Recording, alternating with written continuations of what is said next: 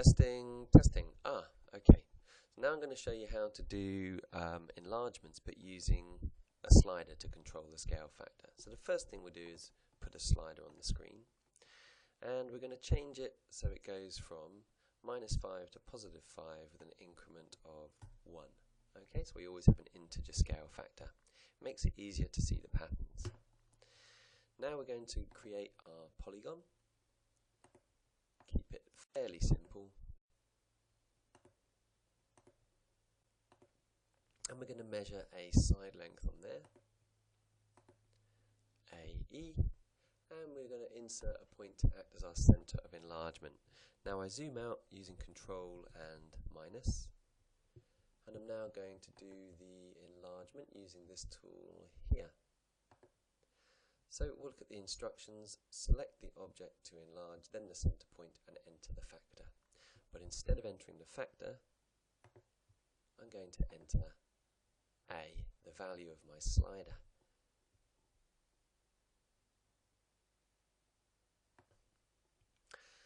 So I select my object to enlarge, I select the scale factor, the center rather, and then I enter A to be the scale factor.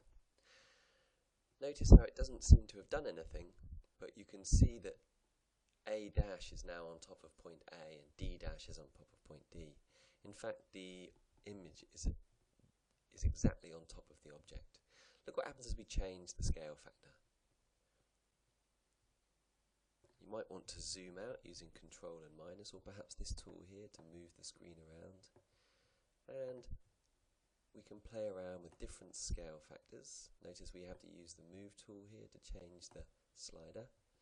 And we can also change the position of the center of enlargement still. And we can change the shape of the object that we're enlarging. So you can see that using sliders gives you much more control over the scale factor. You can also try negative scale factors. I'm just going to move my center of enlargement over here. Look what happens with the scale factor of -1. Just going to move the screen over a bit. Okay, and play around with it in all of these different configurations.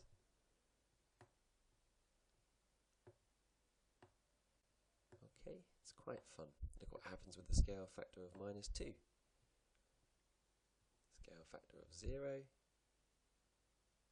You can see the images just here. And a scale factor of 1, 2. So it behaves very differently for positive and negative scale factors. If you want to, you could even right-click on the slider, change the properties, go here, and you could change it to 1/2 to see what happens with fraction scale factors.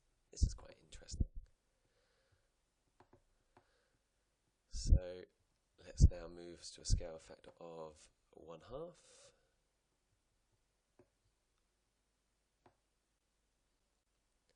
And let's also investigate scale factor of -1/2.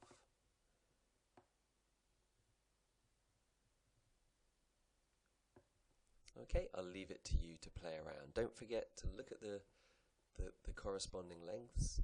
Oops, I didn't mention that. But notice we should have labelled AE' here, looking at the length of AE' to enable us to compare the lengths on the object and on the image. Thanks for watching.